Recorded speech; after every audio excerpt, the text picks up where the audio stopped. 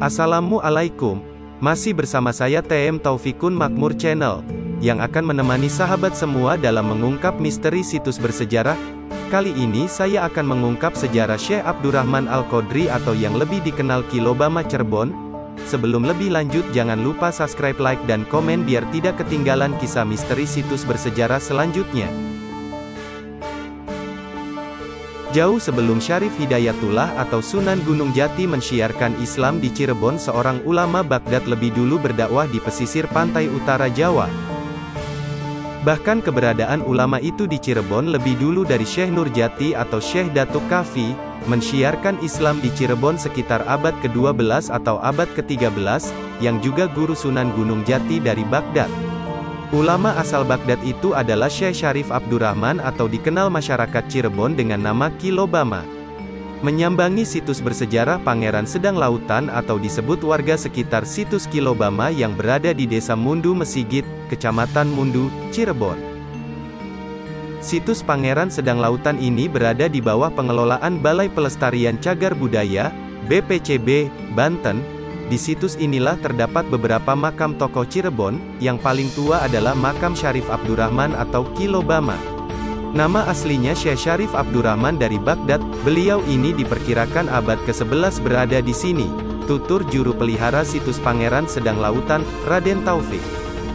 Keberadaan Kilobama di Cirebon sejak abad ke-11 Masehi berdasarkan penelitian tim arkeologi di situs itu sekitar 2007, penelitian pada struktur bangunan masjid yang berada di area situs itu, kayu, serta makam diperkirakan Kilobama hidup pada masa Singasari. Meski demikian, tak dapat diketemukan kapan persisnya tanggal dan tahun wafat Kilobama. Terdeteksi dari struktur bangunan itu kan seperti ramping seperti Candi Jawa Timuran, dari kayunya juga itu abad ke-11, mungkin dengan Syekh Nurjati itu hanya berbeda beberapa puluh tahun saja karena Syekh Nurjati sekitar abad ke-12 atau 13. Memang menurut juru kunci dalam berdakwah, Kilobama berpusat di Cirebon. Nama Kilobama sendiri berasal dari penyebutan santri-santrinya yang kebanyakan berasal dari Sunda, terlebih wilayah Mundu dulunya masih merupakan daerah kekuasaan Galuh Pakuan. Kilobama merupakan singkatan dari Kiai Nuloba Ilmu Agamana atau Kiai yang banyak ilmu agamanya. Berdasarkan kisah turun-temurun, Kilobama merupakan ulama yang begitu disegani. Terdapat beberapa santrinya yang masih berdarah biru yakni Pangeran Selarasa, Pangeran Selaganda, Pangeran Selasuara, dan Nyi Mas Angrumsari. Konon, 3 santri laki-lakinya itu berasal dari seberang Pulau Jawa. Santri-santrinya itu pula lah yang dikisahkan dapat menaklukkan kerajaan Gemulung yang berada di selatan Jawa. Meski demikian dari santri-santrinya itu hanya Pangeran Selarasa yang makamnya ditemukan berada di area situs Pangeran Sedang Lautan. Sementara itu situs Pangeran Sedang Lautan baru ditetapkan sebagai situs cagar budaya pada 2007. Pada 2010 situs tersebut pernah dilakukan perbaikan. Kini situs Pangeran Sedang Lautan kerap didatangi peziarah dari berbagai daerah. Cerita lain mengatakan, Kilobama merupakan murid Syekh Abdul Qadir Jailani yang berdakwah di Pulau Jawa. Nama Kilobama mungkin masih asing bagi kebanyakan orang, namun nama tersebut bagi warga desa Mundukap Cirebon tidaklah asing. Mereka menganggap Kilobama adalah salah seorang ulama yang berjasa besar mengislamkan nenek moyangnya bahkan ketika Kesultanan Cirebon belum berdiri.